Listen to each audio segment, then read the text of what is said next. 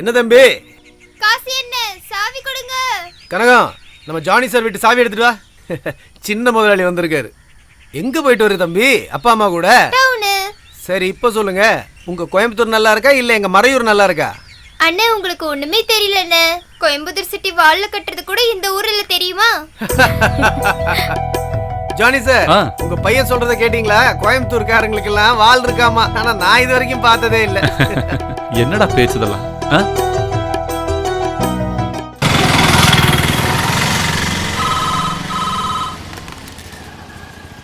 Hello,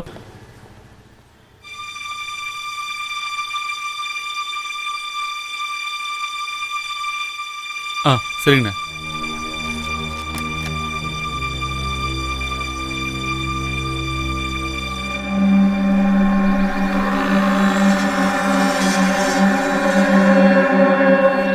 நேத்தைக்கு இங்க 2 பேரு plastic இருக்கா பழைய பாத்திரம் இருக்கான்னு கேட்டு வந்தானுங்க. அப்பவே எனக்கு சந்தேகம் வந்துருச்சு. அப்புறம் நீங்க ஏன் முதல்லயே சொல்லல? என்னன்னு சொல்றது? ஜன்னல் கம்பி எல்லாம் உடைக்காதீங்க, திருடாதீங்கன்னா அவனுங்க பகல்லே வந்து இடத்த பார்த்து வச்சுட்டு போயிருக்காங்க. சரி, போலீஸ் வரட்டும். நான் உங்ககிட்ட சொன்னதுக்கு அப்புறம் நேரா போலீஸ் ஸ்டேஷன் போய் தான் சொன்னேன். கம்ப்ளைண்ட்டும் கொடுத்துட்டேன். ரேடியோ வாட்ச் இதெல்லாம் போனதுல எனக்கு எந்த வருத்தமும் இல்ல. நீங்க முதல்ல வாங்கி கொடுத்த சாரி போச்சு, அதுதான் வருத்தமா இருக்கு. அண்ணா, எனக்கு அர்ஜென்ட் ஆபீஸுக்கு போகணும். இன்னைக்கு கொஞ்சம் கூட்டம் அதிகமா இருக்கும். திங்கக்கிழமையாச்சே. அப்படின்னா நீங்க போங்க சார். சரி, நான் கிளம்புறேன். போலீஸ் வரும்போது நான் பேசிக்கிறேங்க. போலீஸ்ல சொல்லிருக்க வேண்டாம். போலீஸ்ல அறிவிக்க வேண்டியது நம்ம கடமைங்க. இல்லன்னா திரும்பி இப்படி நடக்கும். முன்னே இந்த மாதிரி நடந்திருக்கு. அப்ப நாங்க இல்ல பரவாயில்ல, நான் போலன்னா கொஞ்சம் பிரச்சனை ஆயிடும். சரி, நீங்க தைரியமா கிளம்புங்க சார். இந்தாங்கம்மா.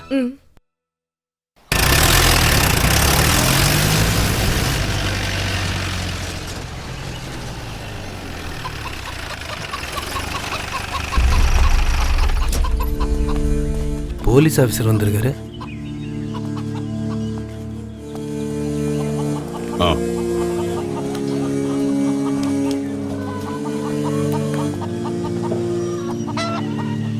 இங்க யாரையா காசுனது? நீயா? நான் தான் சார்.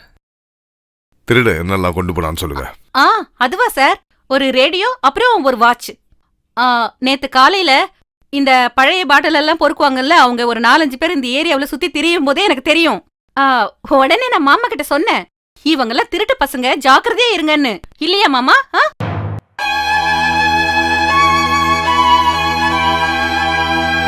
நீ உள்ள போ. யார் தங்கச்சியா? இல்ல சார், என் பொண்டாட்டி. இது உன்னோட வீடு இல்லையா? இல்ல சார், இது என் வீடு இல்ல. நான் வாடகை குடியிருக்கேன் சார். சரி, அப்ப இந்த வீட்டுக்காரர் யாரு? சார் சிட்டி ஆபீஸ்ல மேனேஜர். சார் ஆபீஸ் போயிருக்காரு சார். இந்த வாட்ச் ரேடியோ கண்டுபிடிக்கத்தான் நான் வேலையில் இருக்கேனா? எல்லாம் சேர்த்து எவ்வளவு வரும்? தெரியல சார். நீ கொடுத்த கம்ப்ளைண்ட்டை பார்த்தா லட்சக்கணக்கில் காணாம போன மாதிரி இருந்தது. கடைசியில் இத்து போன ரேடியோ வாட்ச் தான் காணாம போச்சா? உடஞ்ச ஜன்னல் எதுன்னு காமி. சார் அங்க சார். இதுவா? அதான் சார்.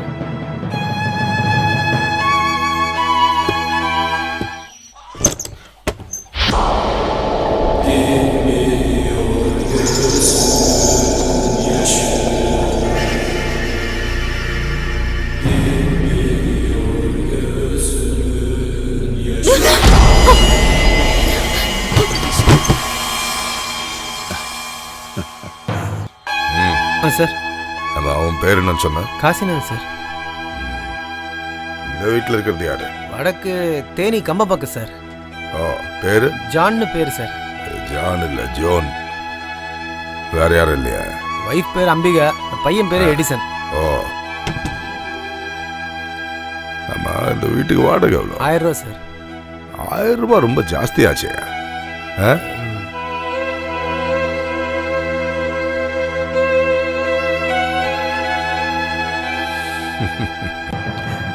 அம்பிகா இல்ல?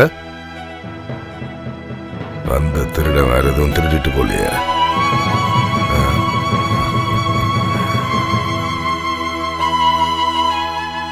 செம கட்ட. வாடகை 1000 ரூபாய் இருந்தாலும் வீட்டுல நல்ல கட்டெல்லாம் போட்டு செஞ்சிருக்காங்க இல்ல?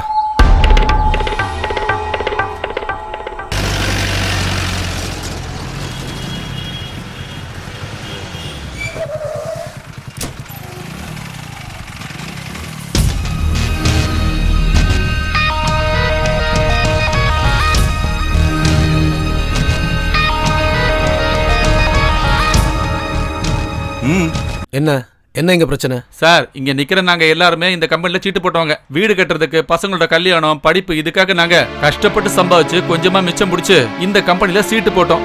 சார் இது தொடர்ந்து 4-5 நாள் ஆச்சு சார். இனிமே நாங்க என்ன சார் பண்றது? நீங்க எல்லாம் இங்க கூடி நிக்கிறதுனால ஒரு பிரயோஜனம் இல்ல. ஆமா, இந்த கம்பெனியோட மேனேஜர் யாரு? அவன் ஆள் எஸ்கேப் சார். முந்தா நாள் வரைக்கும் அவன் இங்க தான் சார் இருந்தான். என் சீட்டு முடிஞ்சு 2 வாரம் ஆச்சு சார். வர புதன்கிழமை என் பொண்ணோட கல்யாணம் சார். காசு கேட்கும் போதெல்லாம் இதோ தந்துடுறேன், இப்ப தந்துடுறேன்னு சொன்னானுங்க சார். முந்தானத்தை பார்த்த போது அந்த ஆளு கோயம்புத்தூர் ஹெட் ஆபீஸ்க்கு போயிட்டு உடனே வந்துடுறேன்னு சொன்னான் சார். என் பொண்ணோட கல்யாணம் மட்டும் நின்னுச்சு. அவ வீட்டுக்கு போய் நான் தற்கொலை பண்ணிப்பேன். அது தவிர வேற வழி இல்ல சார். அந்த ஜானியோட வீடு எங்க இருக்கு சார்? இவங்க தான். உங்க புருஷன் எங்க போயிருக்காருன்னு உங்களுக்கு தெரியுமா சார்? நான் ஏற்கனவே சொல்லியிருந்தேன்ல சார், அங்கே ஏதாவது சீட்டிங் நடந்திருந்தா கூட இந்த அம்மாவுக்கு அதுக்கு எந்த சம்மந்தம் இருக்கா சார்? அந்த ஆள் வந்த உடனே என்ன வந்து பார்க்க சொல்லு. சார் சார் சார் சார் ஆம்பளைங்க இல்லாத வீடு சார். பழனிராஜ் சார், உங்கள் டியூட்டி ஈவினிங் முடிஞ்சிடும் இல்லையா? Yes sir. சாயங்காலம் வரைக்கும் இங்கேயே இருங்க சார். இந்த ஆளுங்களெல்லாம் வேறு ஏதாவது சொல்லி அனுப்பு சார். ஈவினிங் நான் வேறு ஆளை டியூட்டிக்கு அனுப்புகிறேன். சரிங்க.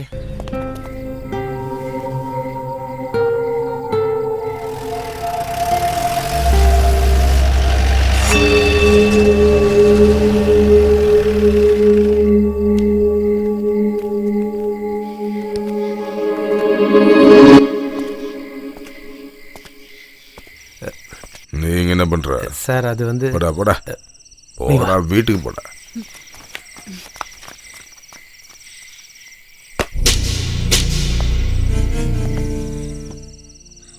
நைட்ல ஒரு யாரும் தொல்லை பண்ணாம இருக்கிறதுக்காக நான் காவலுக்கு வந்திருக்கேன். இந்த பிரச்சனை முடிகிற வரைக்கும் டெய்லி இங்க தான் இருப்பேன். புரிஞ்சதில்ல? இதை உள்ளவை வர்ற போலீஸ்காரங்க கையெழுத்து போடணும். ஆனா நான் தான் வருவேன்னு வச்சுக்க. ஒரு கிளாஸ் ஒரு சொம்பு தண்ணியை கொடு. நீ ஒன்றும் பயப்படாத. தண்ணியை மட்டும் கொடுத்துட்டு போய் படு. இனிமே இந்த வீட்டுக்கு எவனும் வரமாட்டான். பணம் கொடுத்தவனுங்களையும் தப்பு சொல்ல முடியாது. ஆக மொத்தம் புருஷன் நிறைய பேர்கிட்ட 40 லட்சம் ரூபா அடிச்சிருக்கான். பணம் கொடுத்தவனுங்க சும்மா இருப்பானுங்க. அவன் புருஷன் எங்க போனான்னு உனக்கு தெரியாது. அவன் இனி திரும்பி வர மாட்டான்.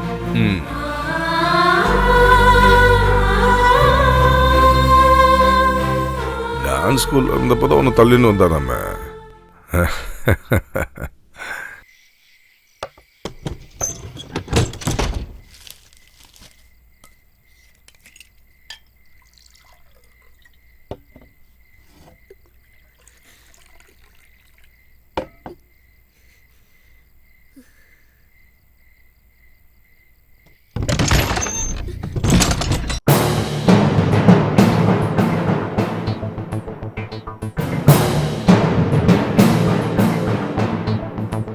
கூச்சல் போட்டு கலாட்டா பண்ணாம இருந்தா நான் உன்னை நல்லபடி வச்சுக்குவேன். ஆனா ஒண்ணு, நான் சொல்ற வரைக்கும் வேற எவனும் இது உள்ள வர முடியாது. புரியுதா? ஒரு உரையில 2 கத்தி இருக்க கூடாது.